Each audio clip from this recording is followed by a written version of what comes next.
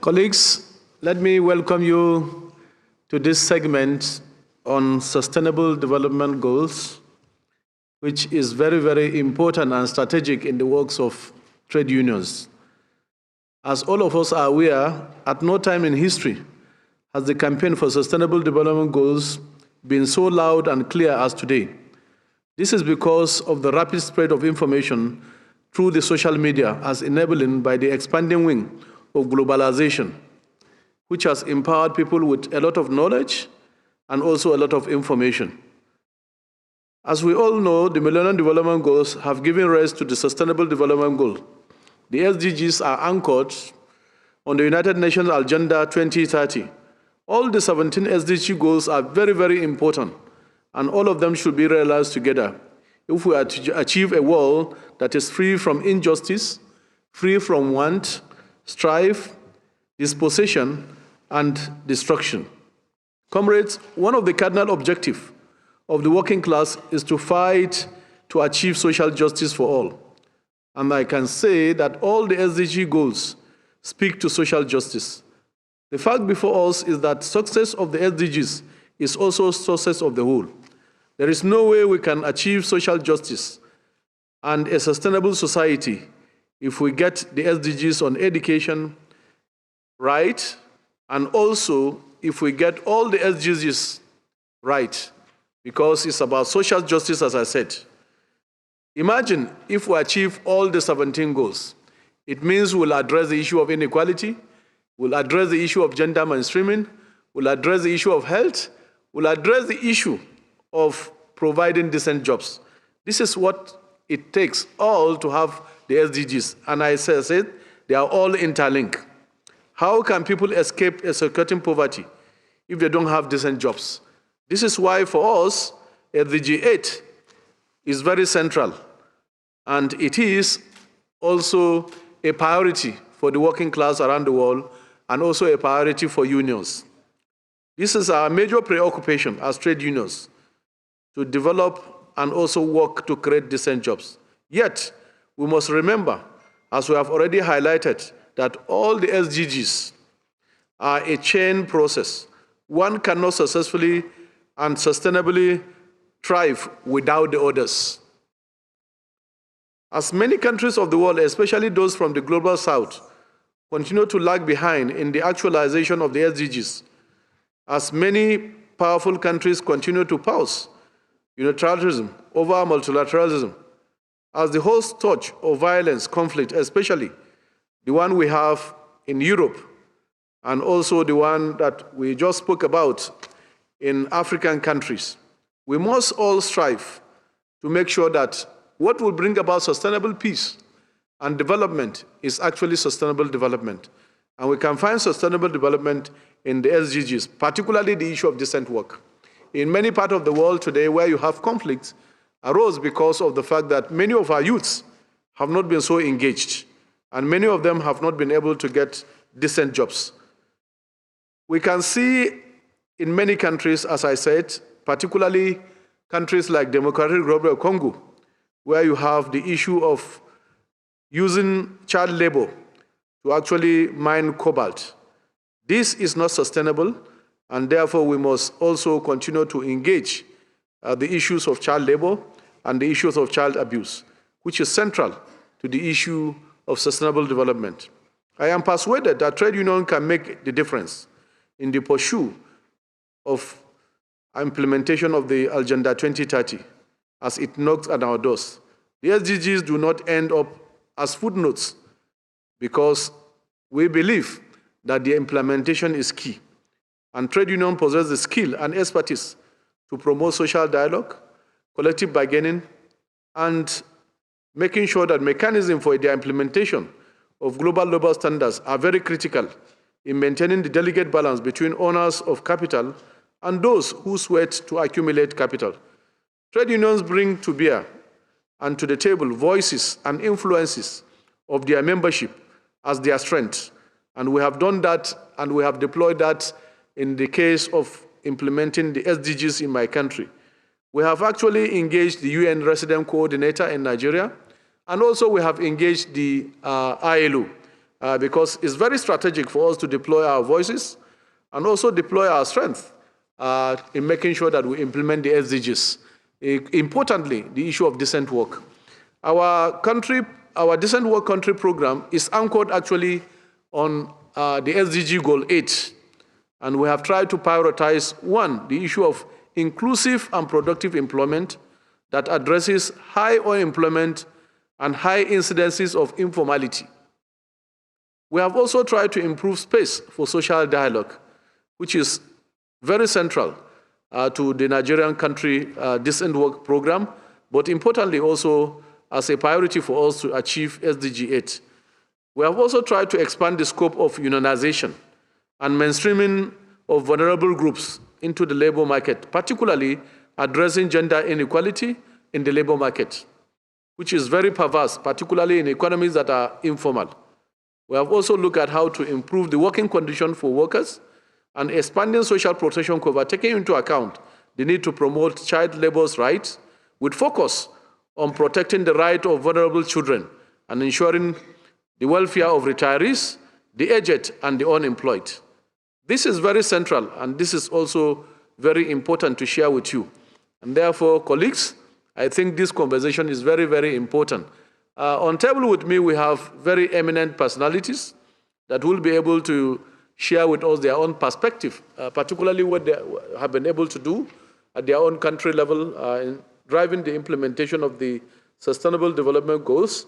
But importantly, I think is to emphasize the fact that achieving those goals is very, very important, but also achieving the 17 goals, because as I said, particularly in my country, why we took up this challenge is because of the fact that when we look at the UN Common Country Assessment Program in Nigeria, particularly for the year 2020, we realize that with the current growth of our population put at close to 2.59% annually, it's estimated that our population will actually reach about 400 million by the year 2050, then making our country at least almost the fourth largest country in the world, third most populous actually. And we look at it that it's important to also put this side by side with achieving the SDGs, importantly the 17 goals. And it is very terrible that when we then look at the statistic, it also said clearly that Nigeria is only on course to achieving 16 out of the 17 goals. So this raises a lot of fundamental issues, and I think it's important for all of us to also look at our country prospect in achieving those goals. And that is what actually propelled us to then swing into action to say, okay, what can we do as unionists to put our voice together and also work towards the achievement of the SDGs.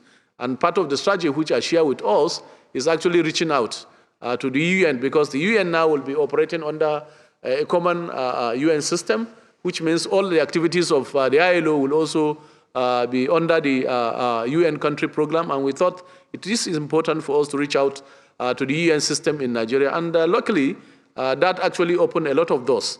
Because that conversation points to the fact that the UN system has been organized today, if not where we have country resident coordinators that are actually from the ILO, they know little or not much about the works of the ILO, and therefore it's important for us to reach out to them and also have dialogue and put the issues on the table and also try to solicit for their support, but importantly also to channel resources towards promoting the country decent work program, which is centered on the implementation of the SDGs and particularly SDG Goal 8. So with all of this, I think we have eminent panelists, as I said, that will share their own perspective. So I will wish us a very successful discussion. But importantly, I think is to bring about perspective to bear and see how we can be able to achieve the SDGs, which is very, very important. And I think 2030 is not far from now. 2030 is just a few years ahead. And therefore, the steps we take every day, every moment, will actually try to give us the insight whether we are going to achieve it or not, in very country level, because all the countries are at different levels and at different stages of implementing these goals. And particularly, as I mentioned, the Global South is lagging behind in achieving these goals, but it's important that all of us work together and we can use the instrumentality of the unions, instrumentality of our solidarity to be on the same page and working together to achieve those goals. So once again, I thank you very much for finding time to participate in this session. I will therefore hand over to Paula, who will take us through the session. Thank you very much, Paula.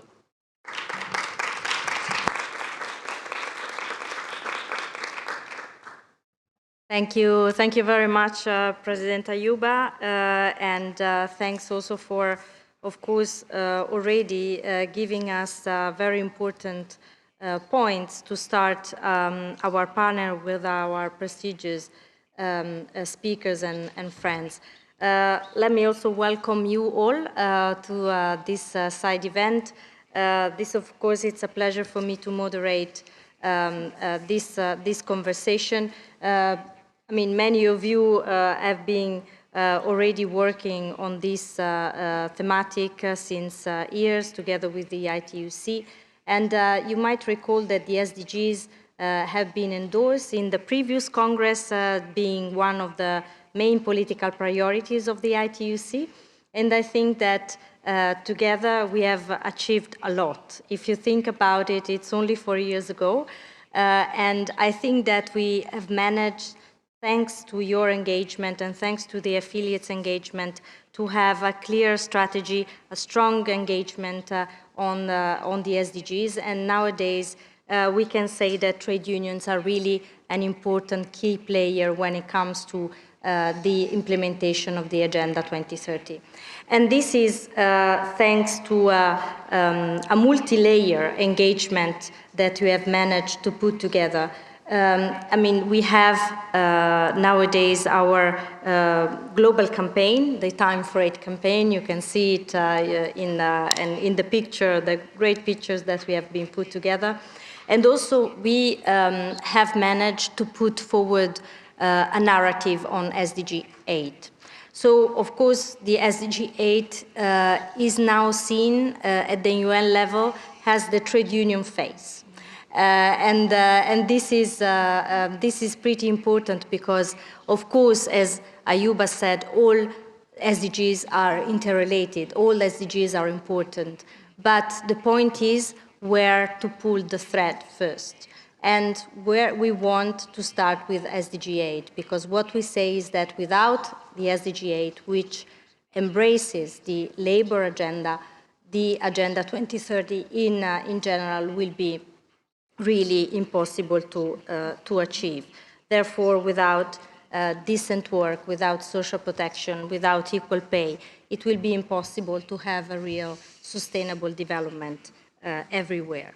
So, of course, together with the SDGs, we also engaged, and actually the SDGs brought together the so-called UN reform, the UN reform agenda that Ayuba was referring to.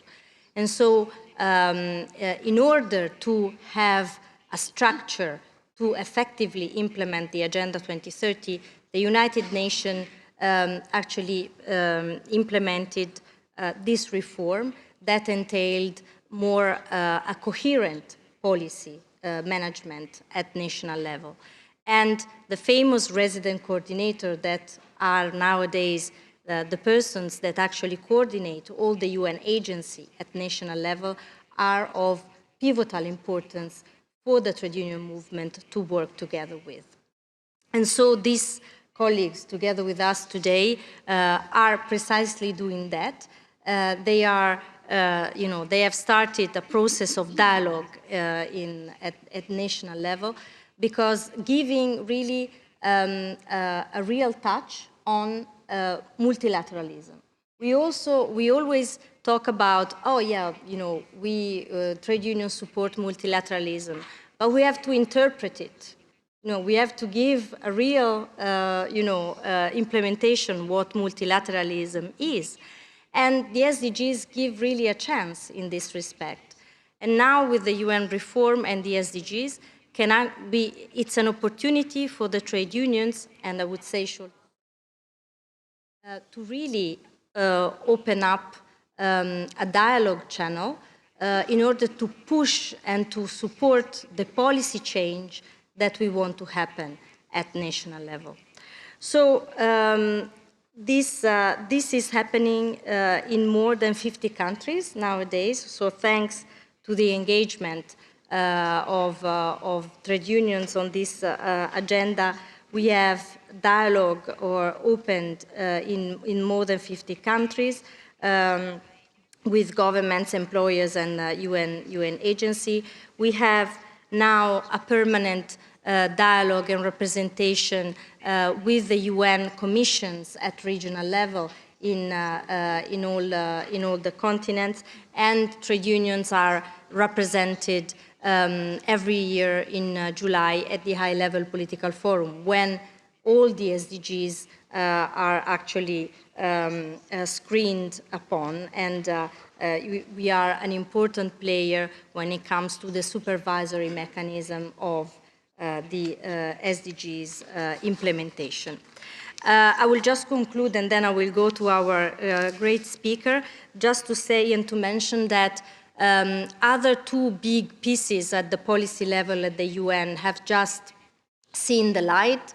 The first one is the Secretary General One Common Agenda, and this is again another push to multilateralism, as I was saying before, and really reflect for the first time the pivotal role of social partners at global level. I think it was the first document ever to recognize the role of social partners in fostering sustainable development, and then the so-called UN Accelerator for Jobs, Social Protection, and Just Transitions. And this is a fundamental piece that was done and supported by the International Labour Organization, and we have been worked with the ILO hand in hand. And this is again another, stepping stone for trade unions to open up again dialogue path with the UN system at national level, but also with government. So I will stop here. I don't want to preempt the discussion. I would like to present the four speakers together with us today. We have Ripon, General Secretary of Bangladesh Free Trade Union Congress. We have Fani, General Secretary of the Confederation of Workers Rerum Novarum in Costa Rica. We have Butale with us, General Secretary of Botswana Federation of Trade Unions, and the friend Cristina, Secretary of International Cooperation and Migration of Comisiones Obreras, Spain. So this is really an excellent panel. And before giving the floor to them, I would just like to express, the gratitude to all your support around the Time for Aid campaign, and we have a video. Julia is confirming that, so we have a video, actually, a thank you video for you all. So I think we can launch it. Yeah? Thank you very much.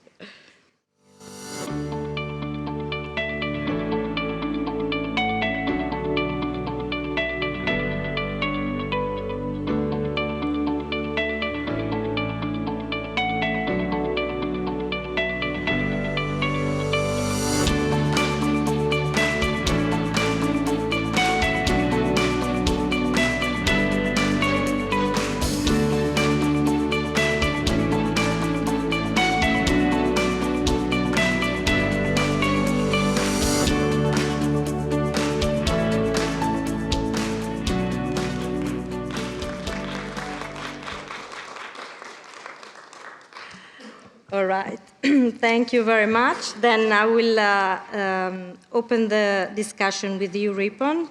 So since 2020, the ITUC Bangladesh Council has established a dialogue with the resident coordinator of the United Nations in Bangladesh. So we would like to hear from you what has been the added value of engaging with the UN, and how can this dialogue help promoting the creation of decent and climate-friendly jobs in your country. The floor is yours. Thanks. Thank you, Paula. It's a great pleasure to join this important conversation in this forum and dear colleagues.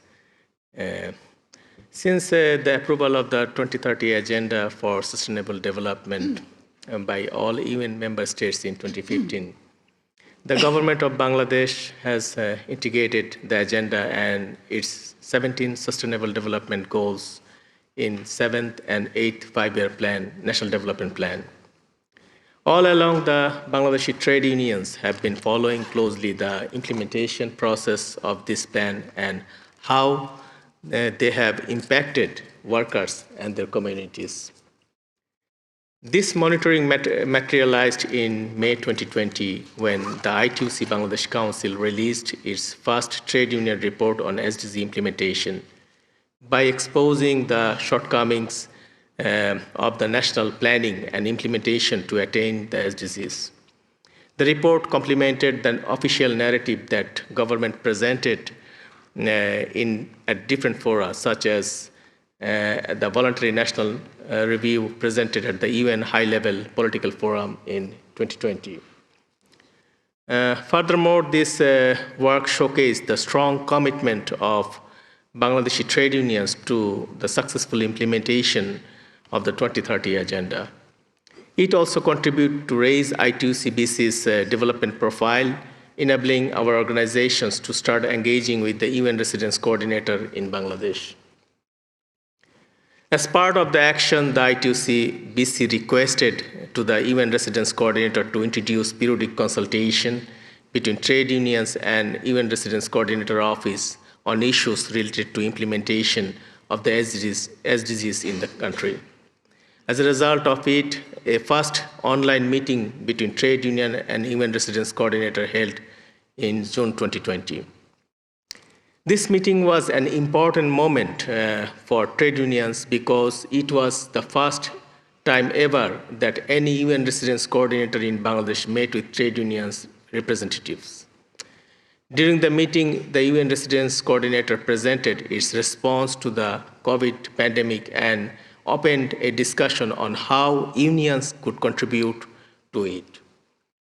Following on the first meeting, a second consultation was organized in April 2021.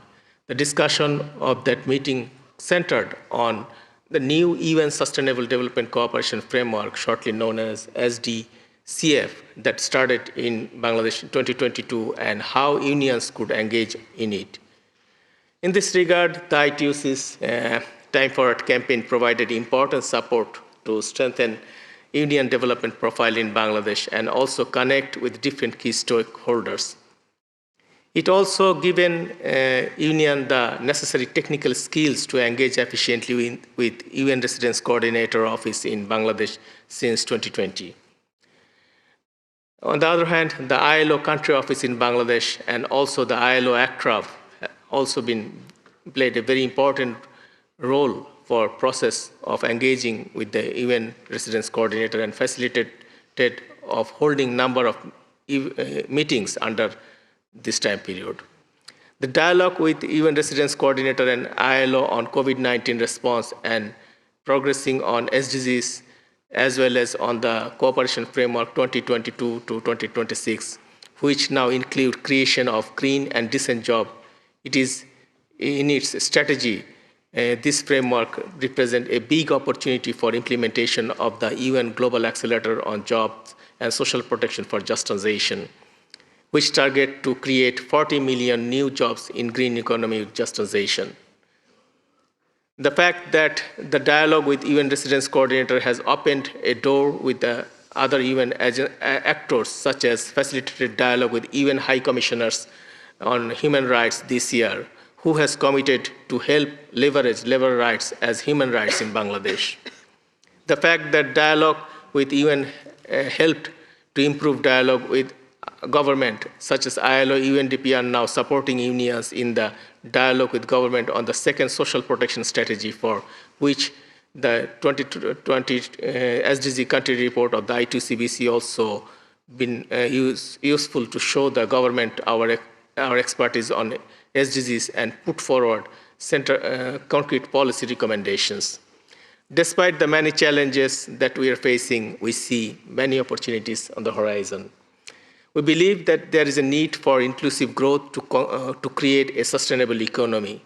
And true recovery means to us is recovering the employment, income, respecting core labor rights, occupational health and safety, ensure adequate social protection, and greater well-being for all in Bangladesh. Thank you, Paula. Thank you.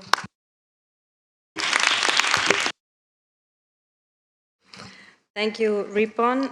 Again, I think this shows that this is a process. I mean, it doesn't happen in a day, but of course, it entails a continued effort and engagement, with their counterpart at national level. But of course, as you have rightly underlined, this is, key to put on the table the trade union agenda when it comes to just transition.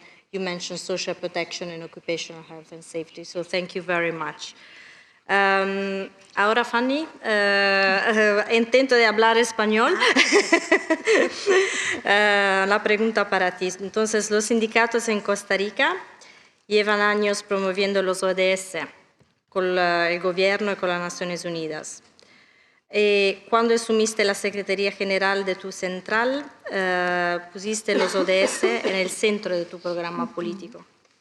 Entonces, ¿cuáles han sido los principales logros de vuestro trabajo a nivel nacional?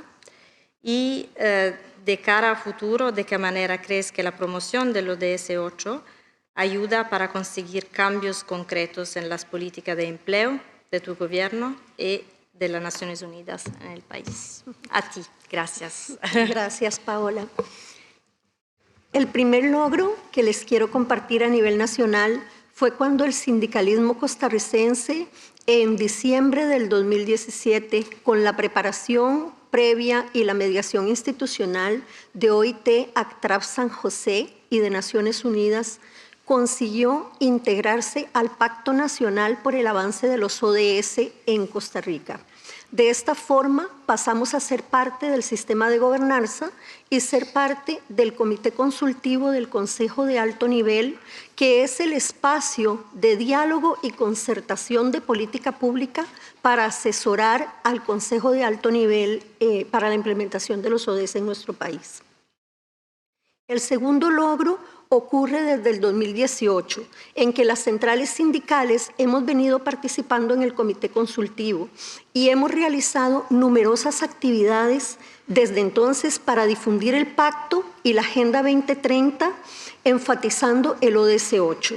Se ha tratado de sindicalizar la visión del desarrollo sostenible con un relato propio a nivel nacional, plenamente sintonizado con el trabajo de la CSA y de la CSI. En este campo ha sido fundamental el apoyo de la Red de Cooperación Sindical al Desarrollo, de suma importancia, y nos ha ayudado a tener una perspectiva global muy importante y provechosa para nuestro trabajo nacional e internacional. La CTRN con el SEC, su sindicato afiliado del sector educación, del cual también soy la secretaria de organización, ha sido una central pionera en desarrollar las primeras acciones de promoción de la Agenda 2030, centrada en el trabajo decente. Cuando asumí como secretaria general de la Confederación en septiembre del 2021, ya habíamos avanzado mucho en este campo y hemos incluido también el tema en los planes estratégicos y operativos y en las resoluciones congresales. Es un tema central en nuestro plan de acción. Un tercer logro fueron los memorándum de entendimiento con OIT firmados por la CTRN y el SEC en 2019, 2018, 2019 y 2020 para contar con asistencia técnica en los procesos de sensibilización, formación y acción sindical que hemos desarrollado. Esto por cuanto el sector educación fue catalogado o fue designado como estratégico. Desde el 2018 iniciamos un trabajo interagencial con 5 agencias de Naciones Unidas, a saber, la OIT, el PNUD, UNICEF, UNESCO y la Oficina de Coordinador Residente. Con este programa hemos capacitado a más de 1.500 docentes en todas las regiones del país, en materia de Agenda 2030, Desarrollo Humano Sostenible y, por supuesto, ODS 8, Trabajo Decente. Y generándose por parte de las y los docentes participantes propuestas concretas para trabajar el tema en las aulas, incluyendo a padres, madres y comunidades. Esta socialización evidenció la necesidad de incluir en el currículo de la educación básica y media contenidos inherentes a los derechos humanos y a los ODS, tema que estamos trabajando en este momento, una propuesta para ser presentada al Ministerio de Educación Pública y poder incluir estos temas en el currículo. Un quinto logro es que a partir del trabajo desarrollado con OIT y Naciones Unidas se logró una relación más fluida precisamente con el sistema Naciones Unidas y las agencias participantes, con intercambios de información de cooperación técnica respecto a los ODS y otros temas de derechos humanos.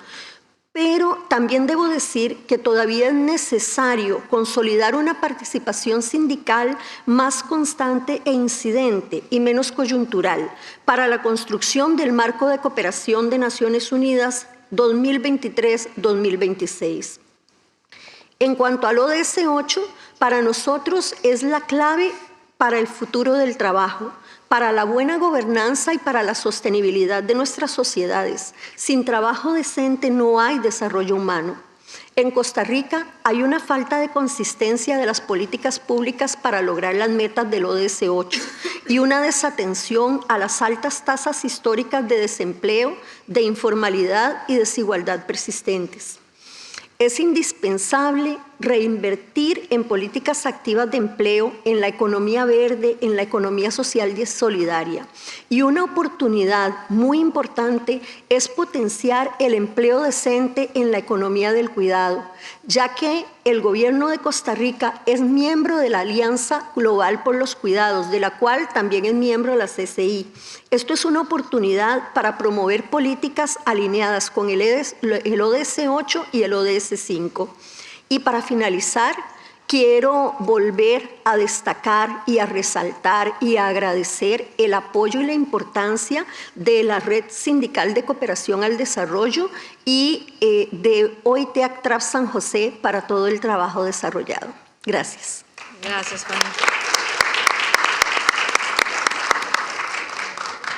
Perfecto, un ejemplo también de cómo la coherencia de las políticas pueden efectivamente jugar un papel positivo para el sindicato, porque efectivamente la economía del cuidado es una prioridad del sindicato mundial y que se encuentra también en el acelerador sobre el empleo y la protección social y la transición justa. Y claramente la economía del cuidado es una prioridad en este sentido para la creación de empleo. Gracias, Fanny. So I'll switch back to English because I have a next question for Butale. I hope you're not freezing, dear comrades. I am a little bit. we are brave. So Butale, you have recently elaborated actually your first trade union country report, the SDG country report. Many of you know that, of course, this is part of our overall trade union strategy to have country reports on the SDGs implementation. And you have been engaging throughout this year on the SDGs at national, regional, and global level. So could you explain and tell us how the work with the network has helped in your engagement in this, at all this level?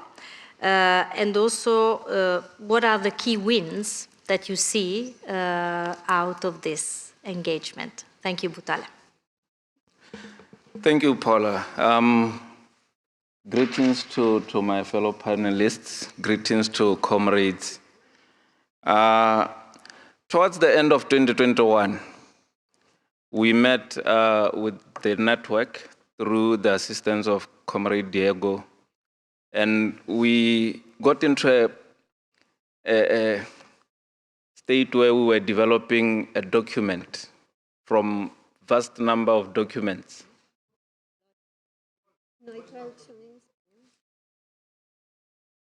There is no translation in Spanish, So apparently? I'll wait for it's called Leaving No One Behind. Okay, now exactly. As I was saying, colleagues, towards the end of 2021, we as Botswana Federation of Trade Unions met with our colleagues from the network through the assistance of Diego. And we developed a position paper. We basically had a lot of questions that we went through, which was a lot, and we ended up compressing all the information into just 2 pages, which was essentially the Trade Union SDG country report for Botswana.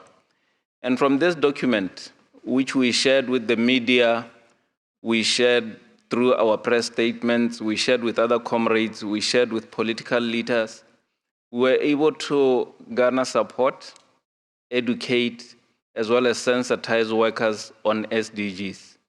And this opened doors because we became relevant.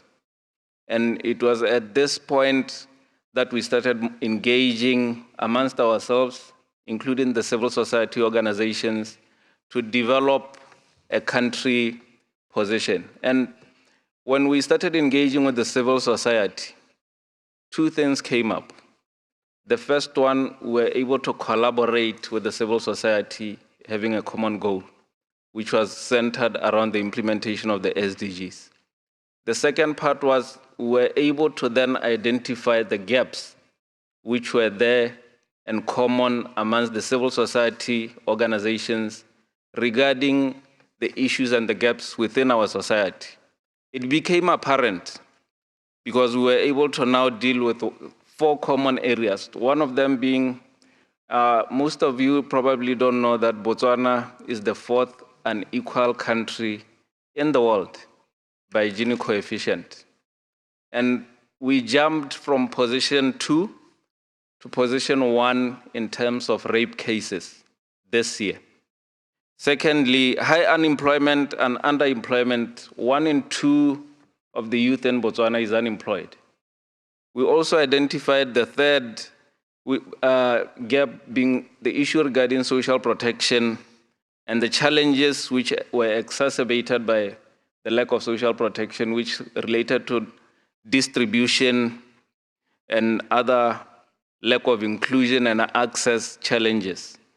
The 4th challenge that we identified, amongst others, which was critical, was the fact that illicit financial flows which happened in Botswana also affected a lot and of issues that we had to deal with. And if you look at 2 sectors which were particularly affected, being the informal sector and the care sector, we basically, as a group, came up with these, and these were included in the position paper that we then pushed throughout the year. And we had an opportunity through the assistance of the network to be able to share the position paper or this report at the United Nations High-Level Political Forum in New York, where we presented under the guidance of the network and the civil society organization, major groups, which was a very big milestone. I'll be honest, when you present this after your country has presented, because you'll be aware that Botswana was also presenting as a voluntary review country presenter. It was something that was both shocking to them in a bad way and in a good way, because it tends to open doors. And it was at this forum that a lot happened. We were able to meet the United Nations resident coordinator. We had a discussion with him, and the promises that he made when we were in New York, he delivered when we went back home. We were secondly able to meet the president of Botswana, His Excellency Dr. Mokgweetsi Eric Masisi, because he was also presenting at the UN. And during our engagement with him, he also made promises which he's still delivering on even to this day, but there's progress. Thirdly, we're also able to engage with the ambassador to the United Nations from Botswana, Colin Vixen Kelapile. Most of you would remember that he was the ECOSOC president at the time, which is the UN Economic and Social Council. So it was through these engagements that a lot of doors opened, not only when we were at the UN, but when we went home. A committee was reviewed. We used to have a steering committee, but when we went home, because of the issues we raised at the UN, we had a newly constituted joint steering committee for the implementation of the SDGs. And we were included in the committee. Its first meeting was held on the 4th of August, and this is where we started being inducted on the whole process and being updated on what was happening. The second meeting for the JSC, which is the Joint Steering Committee, was held last week on the 10th of November 2020.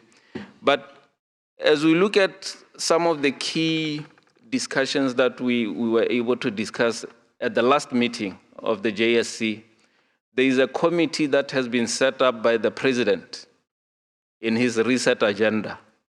And the committee is called the National Planning Commission.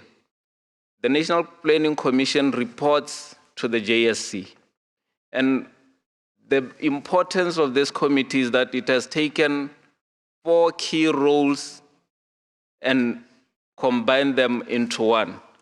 The National Steering Committee has combined the Vision 2036, which is the National Vision Council Secretariat. It has also combined the National Strategy Office. It has also combined the Government Implementation Coordination Council. It has also combined the planning function from the Ministry of Finance and Economic Development. If you look at these 4 key areas, you would agree with me, it's very vital that as trade unions we become part of the JSC because we are able to influence all these 4 key areas.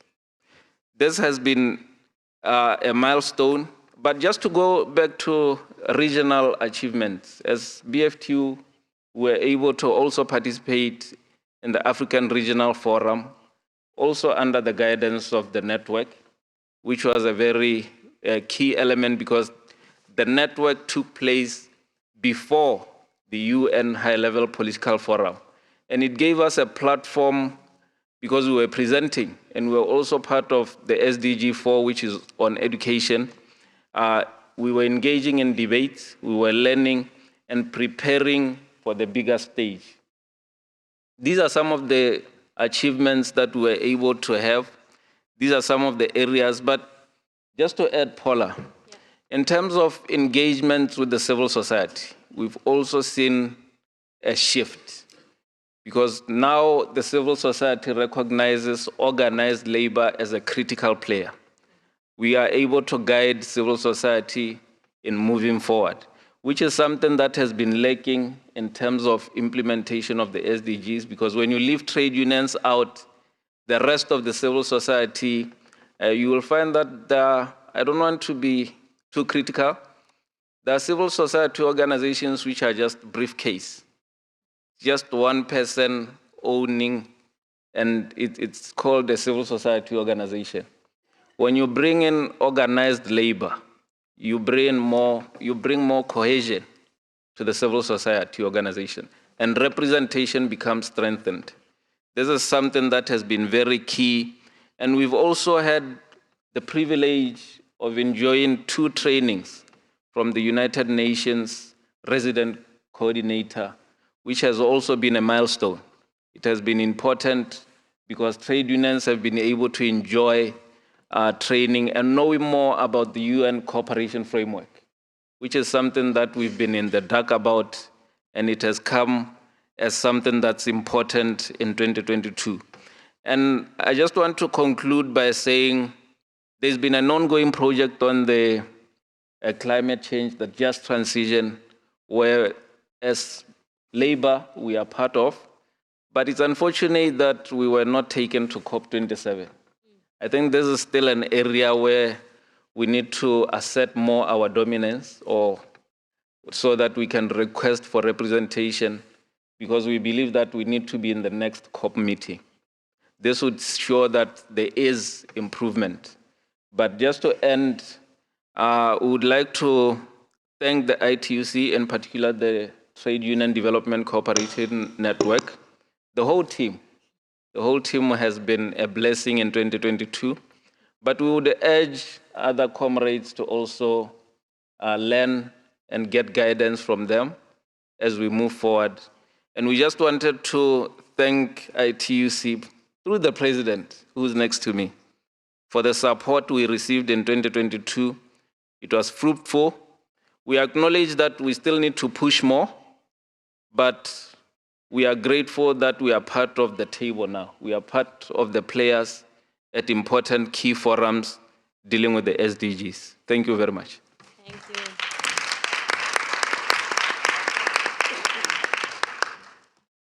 Thanks, Butale. It's a great experience and engagement to share. And it's interesting because, I mean, the case, it's very also common to other colleagues that they started actually the journey from New York, and then it trickled down home when they got home, back home. And so this is something that it can happen indeed. You know, participating and engaging in this global fora can sometimes happen to open the door once, you know, once we are back home with our own government representative. And then the second point, very important, on the recognition from the wider civil society organization of labor as a key reference, and this is precisely what we want to push for. So the recognition of trade unions, of social partners, of social dialogue as a way to implement the SDGs and of course SDG 8. So thanks again, Butale, for this important work and sharing experience with us. Cristina, so I'm coming to you, switching to my Italiano. Desde la adopción de la Agenda 2030, hasta hoy Comisiones Obreras ha asumido los ODS como línea de trabajo central. Al mismo tiempo, Comisiones ha incidido en las políticas de cooperación de España para que prioricen el ODS 8 y reconozcan los sindicatos como actores de desarrollo. ¿Por qué ustedes consideran los ODS una prioridad? Esta es una primera pregunta. ¿Y qué diferencia ha hecho su incidencia sindical en la política de desarrollo y cooperación de su país? Cristina, a ti. Gracias. Muchas gracias, Paula. Desde Comisiones Obreras estamos realmente orgullosas de tener esta oportunidad para mostrar cuál es nuestra experiencia de trabajo sindical respecto tanto de la Agenda 2030 como de los ODS. Tengo que agradecer a la red sindical no solamente la invitación, sino también toda la colaboración que habéis tenido con nuestro trabajo en estas materias. Pienso que el éxito, la clave de nuestro éxito ha sido el hecho de conseguir concienciar a toda la organización de que algo que a priori puede parecer una cosa muy lejana, muy abstracta, como son los objetivos de desarrollo sostenible, realmente forma parte del trabajo diario de nuestra organización. Nosotros nos definimos como agentes de cambio, como agentes de transformación también. Conseguir el cambio, o sea, conseguir caminar hacia la consecución de los ODS exige que haya un cambio de paradigma social, paradigma económico y también productivo. Por tanto, nuestra acción sindical es clave para lograr ese objetivo. Porque nosotros con nuestra acción sindical diaria lo que estamos persiguiendo es el trabajo decente, que no es otra cosa que un trabajo con derechos, un trabajo con protección social, un trabajo donde exista la libertad sindical y también la negociación colectiva. Y como somos sujetos sociopolíticos, estamos convencidos también de que el diálogo social es un instrumento que puede contribuir en especial manera a la consecución de estos objetivos. Y como apuntabas, Paula, nosotros hemos intentado influir en las políticas públicas mediante estos espacios de diálogo social, de concertación. Pero realmente es a partir del año 2017 cuando los ODS se incorporan en la agenda sindical de comisiones obreras, digamos que de manera formal, ¿no? Se empieza a hablar de estas cuestiones en ámbitos que superan a la Secretaría de Internacional y Cooperación, cuando la Comisión Ejecutiva Confederal aprobó una resolución por la cual se creaba un grupo de trabajo confederal sobre Agenda 2030 y ODS, donde nos comprometíamos toda la organización a orientar nuestras políticas sindicales hacia su consecución. Toda la estructura de comisiones obreras asumíamos esos objetivos y además trasladábamos esta exigencia a las administraciones públicas para que alinearan sus políticas a la consecución del trabajo decente para todos y para todas. Además, acordamos realizar campañas para dar a conocer y promocionar entre el activo sindical para que pudiera actuar como un altavoz de divulgación entre los trabajadores y las trabajadoras, pero también para que pudieran promoverlos o pudiéramos promoverlos a través del diálogo social. Y, como no podía ser de otra manera, un compromiso de reforzar el trabajo sindical internacional en este sentido. ¿Y cómo lo hacemos? ¿Cómo trabajamos? Pues lo hacemos a diversos niveles. El primero sería con estrategias de comunicación, pues la elaboración de documentos que están en continuo desarrollo, que al final citaré, una imagen corporativa, por ejemplo, perfiles en las redes sociales, también con formación sindical para informar y para formar sobre los objetivos de desarrollo sostenible y, como decía anteriormente, que los delegados y las delegadas sirvan de altavoz para trasladar estas inquietudes, esta realidad a los centros de trabajo.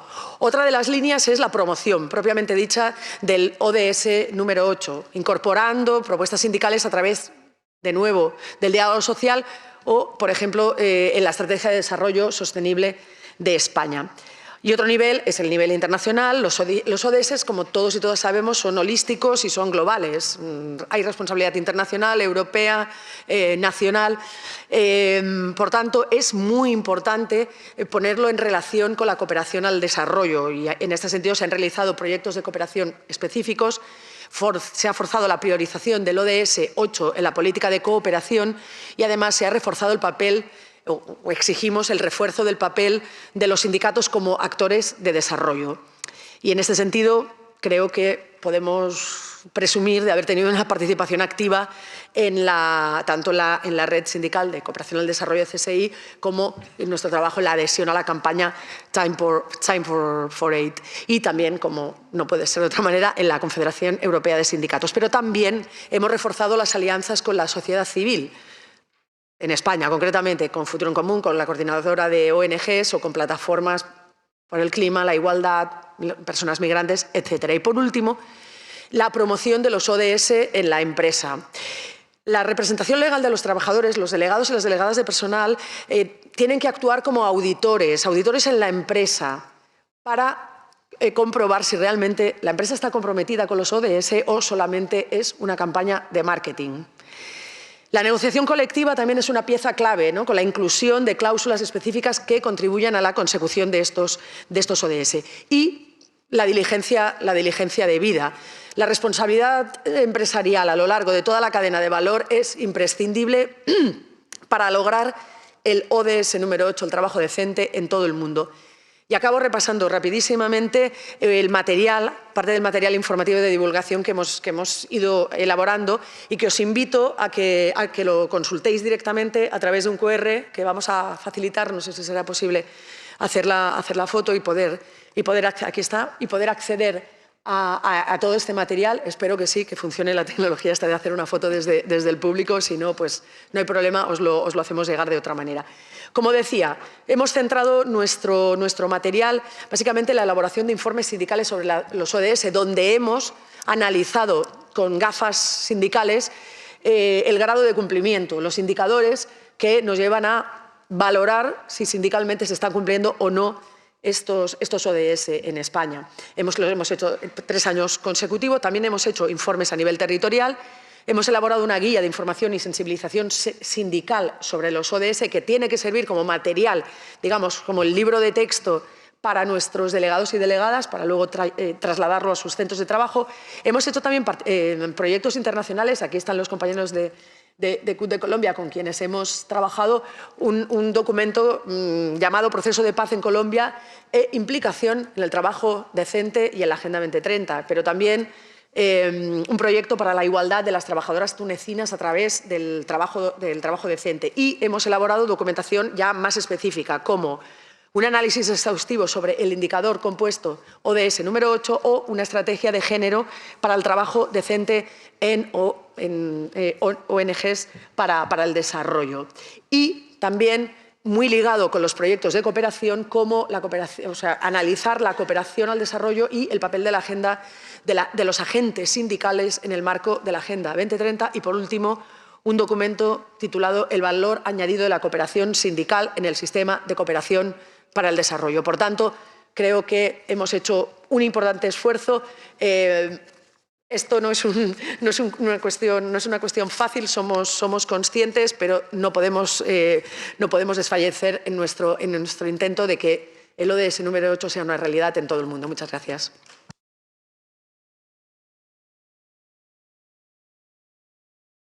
Perfecto, muchísimas gracias, Cristina. Te quedó muy clara el mensaje que los ODS son parte de la acción sindical diaria, como dijiste. Entonces,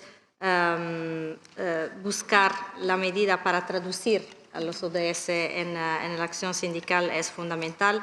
Los ejemplos de materiales de formación que habéis elaborado es fundamental.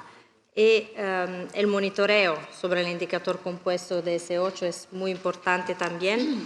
El monitoreo que estáis haciendo a nivel subregional en España también es una herramienta muy importante.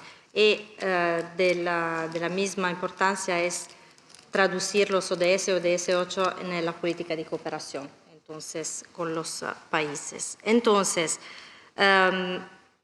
back to English, I think that we had a fantastic overview on how the SDGs and the SDG 8 can be actually used concretely for the trade union agenda and to push forward the trade union demands. I would like also to now to open the floor for a little while. We can have some times before we close. So I see already Rexon. Rexon, if you just want to quickly introduce yourself before the question, and then, yeah, there are also, you can use also the mics at your table if you like, but just lift your hand and you can intervene. Please, Rexon. Thank you, Paula. Hi, everybody. I'm Rexon Silaban. I'm the head of national advisor from the KSBSI Indonesia. Just very short. I think the problem now, all the indicator and target who already decided in a long time before COVID is not relevant anymore.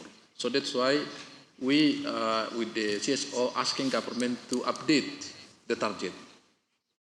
And then, just last week, government issued the president decree, want to review the target of indicator of the SDGs.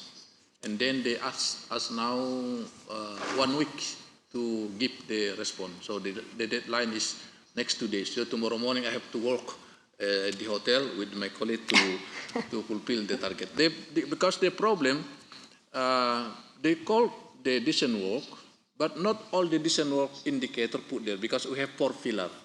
So they only touch like the number of unemployment or number of the informal economy decreasing, increasing. So we want to sharpening the target, like how many the accident of the occupational safety and health, and also want to increase the idea about how many CBA take place in the last in the next, not only that there is the discussion with the labor, but there is no indicator. So we want to make sharpen it. The second, in July, finally, we met with the UN regional coordinator, but by intervention with the ILO. We wrote them, but no reply, but we asked the ILO to facilitate, so finally we met. So maybe the tactics should be, because UN, the regional coordinator, don't know what is the trade union important to the SDGs, so we have to ask the UN agency to facilitate the meeting. And then third time, Indonesia already have PNR, and we involved to engage to the government in the third FNR. I don't know why it's in Indonesia too often to have PNR. I don't know. I don't see the country already have 3 times already. But we are always involved, and then I think government also open to the involvement of the civil society and the trade union. The problem now is how to meet the target of the climate change, because all they said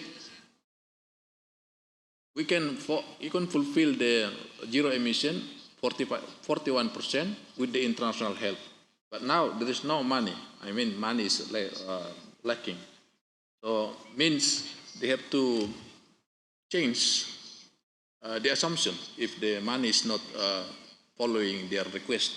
So that's why after this, because Diego told me and also Paula, Indonesia are part of the global fund something, so coordinating and then tuition of the steering committee will meet with the government to discuss that trade unions should be involved in the designing, mitigation, adaptation of the climate change for the next. Thank you, Paula. And I have to leave because I have the meeting, sorry. Thank you. Okay, Rexon, thank you very much. I'm looking, okay, please, if you can kindly just quickly introduce yourself. Hola, ¿qué tal? Buenas tardes. Marta Pujadas de la CGT de Argentina. Saludo a todas y todos. Simplemente para comentar, bueno, el año pasado, el último congreso, mejor dicho, en Copenhague pudimos presentar nuestro Pampa 2030. Contarles que seguimos trabajando junto con por supuesto, la CGT, junto con la CTA de Trabajadores y la CTA Autónoma como movimiento sindical argentino, con la sociedad civil, estamos con todas las ONG que se han presentado, las feministas, organizaciones de la fe, fundaciones, juventudes, movimientos sociales indígenas, sector académico de la cultura, los movimientos sociales y la economía social. Estamos, bueno, el Pampa, como todos saben, es la plataforma argentina de monitoreo para la Agenda 2030. Es una herramienta para nosotros fundamental para hacer este seguimiento por parte de nuestro país de los Objetivos de Desarrollo Sustentable, y trabajamos en 4 áreas fundamentales. Para recordarlas, la incidencia, que estamos trabajando muchísimo en la CEPAL y también con el Foro Político de Alto Nivel de Naciones Unidas, y a nivel nacional estamos haciendo con el Foro de Implementación y Seguimiento de la Agenda 2030 junto al Sistema de Naciones Unidas de Argentina, la OIT y el Consejo de Políticas Sociales, que está a cargo de la aplicación de los ODS. Después un tema fundamental que es la territorialización, que es llevar a todo nuestro país, del norte a sur y de este a oeste. Estamos formando grupos de Pampa 2030 locales.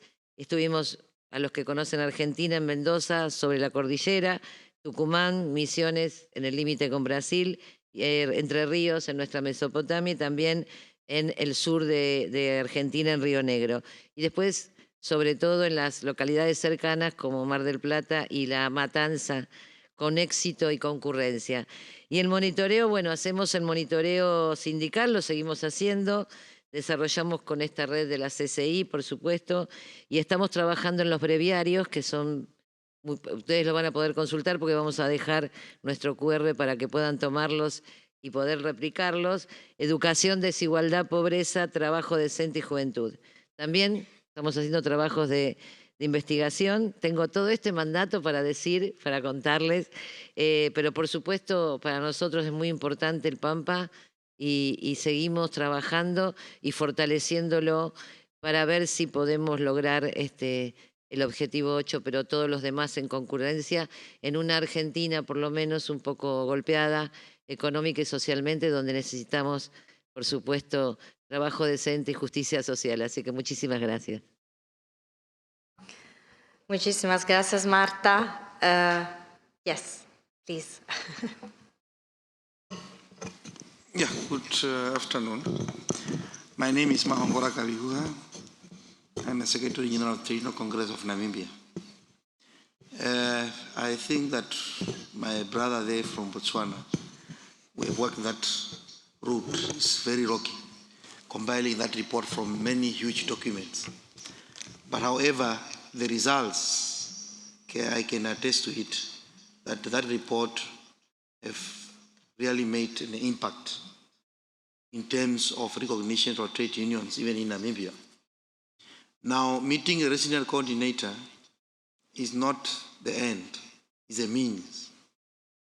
The real food is inside the UN agencies. We have also went to extend now develop a relationship between FAO and us, the Food and Agricultural Organization, where we are looking at a rural decent work employment framework. And if the moment we met as a trade union, they were hesitant. But when we start explaining our role and what they realized that it is also fit within their mandate, meaning that you cannot have food security without decent employment. So those linkages. So even with UNESCO, we are working now towards trying to come up with a lifelong learning policy, which UNESCO and ILO agreed to coordinate, because you know the report for Future of Work that talk about the issues of skills, reskilling and upskilling. So we need to work on that. So mine is just encouragement to trade unions that meeting a regional coordinator is a political decision, but a lot should happen at the technical level. Leave the regional coordinator for the president of organizations so they can deal and maneuver their political issues. But let's get inside. We will definitely play a role in implementation of this. Thank you very much. Thank you, Magora. That's really interesting to listen to. So we had Mareza now. And please, if there is anybody else who would like to share, please raise your hand. Thank you. Thank you, Paula. I'm Marisa from the CGSLB Belgium, and I would like to focus more on the national level. So to promote SDG 8, the three Belgium trade unions, the CGSLB, the CSC and the FGTB are really working together to promote the Time for Aid campaign of the ITUC. Each year we jointly organize a specific workshop during our SDG forum on national level with specific topics like just transition, the future of work, or private sector in development, always linking it to SDG 8. And the three unions were also fortunate enough to be part of the ITUC project and to assist us in our advocacy work and develop some material on it. The Belgium unions have managed a very specific advice in our National Labour Council, stating that the Belgian government, if they look at the SDG indicators, they also have to take the quality of jobs and the quality of collective bargaining into account. And that was very important for us. And then also from my union side, we have implemented a very specific methodology called the SISTA tool to offer our trade union representatives on the work floor an opportunity to bring the SDGs on the social dialogue agenda in their workspaces. And based on the outcome of these trainings, we have developed a tailored guide to help them contribute to the SDGs within their companies. A little bit like Christina explained, also to be a watchdog on what are their companies doing. And this initiative of us has been elected by the EU to be included in the European Policy Learning Platform Good Practice Database. So we are very happy with this achievement. Thank you very much for the time. Thank you, Marisa. It's really good to hear that indeed. Congratulations. Is there anybody? Yes, please. Thank you very much. I've been really much impressed by the experience shared by the 4 countries. As far as I'm concerned, I'm from an organization called WSM that is cooperating with the trade unions and civil society organization. As we know, decent work concerns the 4 pillars, the 4 dimensions, social dialogue, labor rights, social protection, and job creation. My question is there any good example in any of the country where we are likely by 2030 to achieve decent work, particularly for the vulnerable group in the informal economy by 2030? And if that's the case, what has contributed to it? My second question goes to my brother from Botswana. I was impressed by the way they managed to cooperate with the civil society organization. Social dialogue is a key instrument for promoting decent work for trade unions, but other civil society organizations use other forms of institutionalized dialogue. Do you have a mechanism by which to make dialogue with the other stakeholders, including the government, the private sectors, and also the UN institutions, so that both of you, civil society and trade union organization, engage together for promoting SDG 8? Thank you very much. Thank you. I think I will just say to my colleagues here that I will give them 1 minute for reply to questions or final consideration, but I will take a couple of more interventions. So we have sister there, we have the other sister there, and then we have, okay, 1, 2, 3, 4. And I think that it's enough. And Kamati, 5. Okay, great. Please, sister, go ahead. Je suis Asma Ouba, je viens de la République de Guinée, de l'Organisation nationale des syndicats libres de Guinée. Je suis heureuse de vous suivre, vous les 4 panélistes, et voir les partages d'expériences que vous avez sur les ODD. J'avoue qu'on n'en parle pas comme en Amérique latine, les ODD, en Afrique. Je voudrais savoir, en tant que représentant de la CSI, comment vous allez faire pour qu'il y ait une formation encore sur les ODD en Afrique. Merci. Merci beaucoup. Yes, please. Muchas gracias. Mi nombre es Mari Carmen Llamas. Soy de México, de la Unión Nacional de Trabajadores. En primer lugar, bueno, felicitar a los y las panelistas por compartirnos sus experiencias en sus países. Yo quisiera externar aquí porque en nuestro país es el primer año que nosotros como trabajadores podemos participar dando nuestra opinión al respecto de las ODS. Esto fue gracias al trabajo y al apoyo que hizo la OIT para que pudieran voltear a nosotros y tomar en cuenta todo lo que tenemos que decir al respecto sobre los ODS en nuestro país. Entonces, considero que es muy importante la labor de todas las organizaciones internacionales, por lo menos en lo que respecta a nuestro país, el presionar a nuestros gobiernos para que no únicamente volteen a verlos para validar lo que ellos quieren exponer al mundo y decir tomamos en cuenta a los sindicatos, sino para oír realmente la voz de nosotros como trabajadores. Tenemos mucho que aportar. En ocasiones pasadas, en años pasados, tuvimos la oportunidad de participar, pero a través de la CSA, no de manera directa, porque, repito, no se nos voltea ver ni como organización sindical ni como la voz de los trabajadores. Agradecemos enormemente a la OIT las facilidades que nos dio para expresarnos y para realmente plasmar lo que es importante para todos nosotros como trabajadores. Punto y aparte, nada más yo quisiera comentar que creo que es muy importante en las ODS empezar a considerar también el tema de la salud mental, pero no únicamente viéndolo desde el punto de vista médico, porque nosotros tenemos la información, nosotros como líderes, pero hay muchas mujeres que no cuentan con la fuerza necesaria para poder alzar su voz y externar al mundo todo lo que están sufriendo. Muchas gracias. Muchas gracias.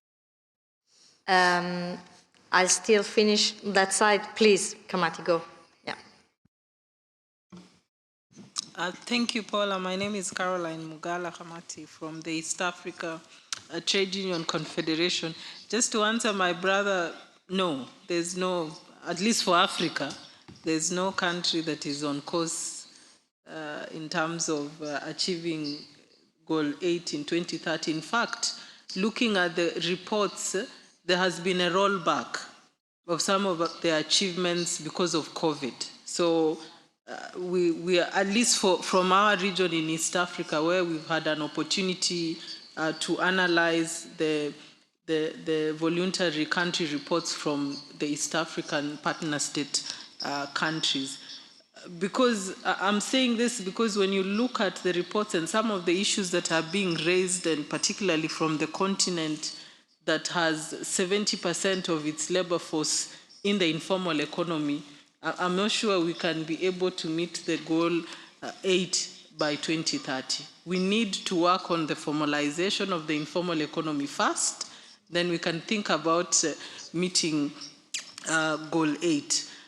In terms of working together with the civil society, some of the best practices from East Africa, we have Kenya, where they have what they call the National SDG Forum that brings together civil societies that are working on SDG, and the trade union is part of it.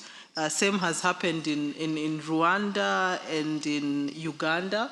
But also, as my colleague mentioned, the SDG from Botswana, under the ITUC Africa, the African Development Network works closely with the civil society when we attend the AU forums on SDG. And I remember at one of the forums, the civil society were a little bit worried that the trade union was taking over the civil society forum, because people were organized, they had reports, they had done their work from home, and we were speaking on representing, members. So we were presenting on financing for development, the work that the trade union is doing, occupational health and safety, formalizing informal economy. So I think the SDG has actually given us an opportunity to work and to coordinate our work together with the civil society so that we can be able to influence the forum, particularly at the African level. And then at the regional level also, we try to run a publication on the trade union work around the SDG 8, whether it's just transition, whether it's the issue around informality, whether it's the issue around gender and women. We also do that on a quarterly basis, where we run a publication at the sub-regional level. Thank you. Thanks a lot, Kamati. Great work indeed. So I'm going to this side. So I had Marcela and I had another. Oh, you, okay. Me cambié de lugar. Bueno, David Acuña, presidente de la Central Unitaria de Trabajadores de Chile. Nos parece muy fundamental la discusión que se está realizando en torno al ODS número 8, el trabajo decente. Nosotros en Chile hemos trabajado fuertemente, bueno, tenemos un gobierno que hoy es progresista, un gobierno de cambio, y dentro de nosotros como central apoyamos a ese gobierno, a la instalación del presidente, pero hicimos un trabajo un poco más allá. Y tratamos de influir también dentro del programa de gobierno, y una de las temáticas es el trabajo decente. Adicionalmente, en Chile, nosotros vivimos un proceso también de estallido social, lo cual nos llevó a la discusión de una nueva constitución en Chile. Lamentablemente, el proceso tuvimos un traspié, pero apalancamos el concepto del trabajo decente para que quedara instaurado en nuestra constitución, para que Chile sea uno de los primeros países que tenga el concepto del trabajo decente, como bien lo decía Cristina, que trabajo decente no solamente significa trabajo decente, sino que efectivamente significa libertad sindical, significa asociación, significa muchas otras cosas, seguridad social. Entonces creemos que es fundamental poder seguir impulsando este tipo de conceptos que son tan importantes. No solamente es una palabra, no solamente es semántica, sino que es fundamental poder impulsar el trabajo decente como una ODS, un objetivo sustentable, que nos parece muy bien poder desarrollar eso, y estos foros nos permiten seguir trabajando en eso. Esperamos poder en Chile concretar nuestro sueño, concretar nuestro anhelo y poder tener en nuestra nueva Constitución el trabajo decente como eje fundamental para la y los trabajadores de Chile. Muchas gracias. Muchísimas gracias, Marcela. A ti. Cerramos la... Gracias, Paula. Bueno, los Objetivos de Desarrollo Sostenible y específicamente el ODS 8 para la Central de Trabajadores Así Venezuela y el trabajo nuestro en la red ha sido fundamental. Cuando un trabajador o un sindicato nos pregunta por qué tenemos que afiliarnos o por qué tenemos que estar en un sindicato, la respuesta que nosotros damos está en la Agenda de Desarrollo Sostenible. Los Objetivos de Desarrollo Sostenible forman parte de la agenda sindical, y cuando nosotros les decimos que es necesario formar parte de un sindicato, usamos la agenda sindical para explicarles el por qué. Y, por ejemplo, cuando escuchábamos los 4 ejemplos, la relación que ha habido con los coordinadores residentes es bien importante. Nosotros por muchos años quisimos trabajar con los coordinadores residentes y nunca lo lográbamos. Afortunadamente, recientemente en Venezuela se firmó el Acuerdo Marco de Cooperación al Desarrollo entre el Gobierno de Venezuela y Naciones Unidas, y se está trabajando el proceso de diálogo sociolaboral producto del informe de la Comisión de Encuesta, en el que el coordinador residente ha tenido una intervención fundamental. Ahora, en el Acuerdo Marco de Cooperación al Desarrollo, el diálogo sociolaboral forma parte de esa agenda, solo que al coordinador residente no le gusta la palabra trabajo decente y coloca en todos los documentos trabajo digno. No quiere trabajar el concepto con los ejes empleo, protección social, respeto a las normas internacionales del trabajo, diálogo social y transversalidad en todos sus ejes. Sin embargo, en el fondo significa lo mismo, pero lo importante es que ya lo estamos trabajando. Ahora, los ejercicios que nos decían los compañeros nos sirven un poco para darle forma, porque apenas se firmó el acuerdo marco y ahora tenemos que ver cómo darle contenido. Nosotros, la campaña de Time for 8 y la campaña del ODS 8 ha sido fundamental en todas nuestras actividades, en la escuela de mujeres, en la escuela, en los programas de formación de liderazgo transformacional de los jóvenes. Ellos generalmente usan aquel video de Yo tengo un plan, que es bien bueno. Todos los videos, las campañas de la red son parte de nuestra agenda. La campaña de reciclaje que hace nuestro sindicato de trabajadores no dependientes de la economía informal es a través del ODS 8. nuestra campaña de no violencia de género, nuestra campaña de tenemos derecho a no migrar, es decir, forman todos parte de esa agenda sindical. Al final, los ODS y el ODS 8 es el contenido que nosotros le damos a el por qué debemos pertenecer a un sindicato. ¿Y en qué se traduce eso? Se traduce en formación, en capacitación, se traduce en mejores capacidades para los trabajadores, se traduce en alianzas estratégicas con organizaciones de la sociedad civil, que estamos trabajando el tema de no violencia, el tema de trata, de migración, pero también se traduce en mayor afiliación. El mayor resultado ha sido que cuando nosotros nacimos solo éramos 6 organizaciones nacionales, hoy somos 21 organizaciones sindicales trabajando la agenda de los Objetivos de Desarrollo Sostenible y ese es un gran logro. Hemos conseguido y hemos producido una guía de no violencia para las mujeres, pero también una guía de todo el lenguaje de los trabajadores LGBTIQ. Es decir, para nosotros los ODS y el ODS 8 forman parte de nuestra agenda. Gracias.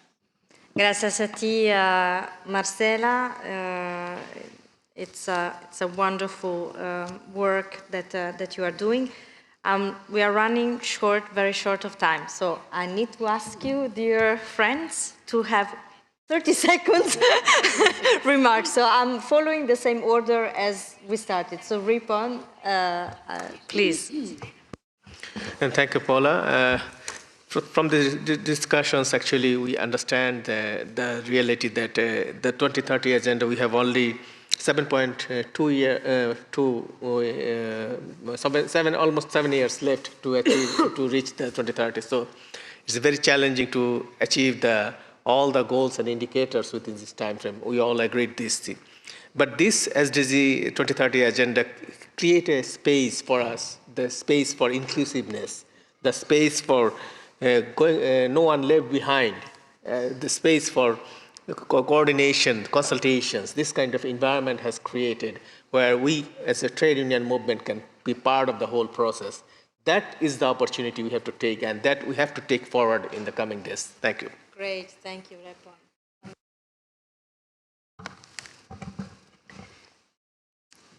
Para contestar la pregunta concretamente, en Costa Rica, al igual que en muchos de nuestros países, las políticas gubernamentales ya nos alejaban de la Agenda 2030 antes de la pandemia, lejos de acercarnos al trabajo decente. Y la pandemia vino a profundizar estos temas, al igual que las medidas que se tomaron para enfrentarla por parte de gobiernos. Pero ¿qué nos implica eso? Nos implica que debemos reforzar los esfuerzos, que debemos duplicar los esfuerzos y trabajar fuertemente el movimiento sindical, no, como lo decía una compañera, no desfallecer, trabajar fuertemente y construir tejido social, sacar la Agenda 2030 del papel, del discurso, llevarla a las regiones, capacitar, formar, construir tejido social para luchar por revertir la situación que viven nuestros países. Gracias. Fanny Butale, please, you have the floor. Thank you, Paul. I don't know, 30 seconds. 31. Okay. Basically, what I can do is just to thank the comrades for the questions. I want to specifically thank comrade from Namibia because he was spot on. And I want to just draw back and say, in terms of engagement with the civil society, as BFTU, we have resolved to having memorandum of understandings with Botswana Council of Non-Government Organization. We have resuscitated Botswana Informal Sector Association and signed an MOU with them. And what it essentially means is they can influence BFTU positions. And because we still have a tripartite setup, we are not tripartite plus, we are then able to engage and bring them to the forums on behalf or as part of the BFTU delegation, because we have MOUs. This is just a strategy that we have in place for the current situation, but we have reviewed our laws as per the guidance by the ILO, and we are now having, in terms of 4 acts that deal with labor, we have gone to now have just 1 bill, which we hope would be approved by next year. And if it's approved, it will be tripartite plus. It will include the civil society organizations. Thank you. Thank you, Butale. And finally, Cristina. Bueno, es una lástima porque han surgido muchísimas cosas muy interesantes que daban para otro debate entero, ¿no? Me centro en una cosa rápida que me ha parecido, pues, no por no conocido, menos impactante, ¿no? Que es la afirmación que se hacía sobre África y cómo el tema del ODS número 8 no estaba tan en primera línea y cómo podía conseguirse que los sindicatos también en África tuvieran esa capacidad de alguna manera. Yo creo que aquí, aparte de esa idea de que por mucho que actuemos a nivel nacional, tengamos grandes experiencias, esto no va a servir para nada para conseguir el objetivo que es universal, ¿no? Es que todos y todas las trabajadoras de todos y todos los sectores y de la manera en que se organice su trabajo tengan un trabajo decente. Y aquí creo que la cooperación sindical al desarrollo es fundamental. Es fundamental el poder compartir experiencias, compartir materiales de divulgación, compartir la capacitación, tanto para el diálogo social como para ser el altavoz, capacitación para la negociación colectiva, ¿no? Tristemente, muchos países, como por ejemplo España, prácticamente han eliminado el presupuesto para la cooperación sindical porque no se cree que sea algo importante. Pienso que esta afirmación que se ha hecho aquí es evidente, es fundamental que los sindicatos también tengamos la capacidad de hacer cooperación entre nosotros mismos. So I think that we really need to close because otherwise the interpreters are leaving. So thank you very much for all these contributions. A big round of applause for our speakers. Thanks to you for your great engagement and work, and count on the ITUC for the continued support to your activities at national level. So let me just conclude to say thank you also to the team, Lorenza, Giulia, Diego, Marion, Alain there, and thank you very much, and we'll keep going. Thank you.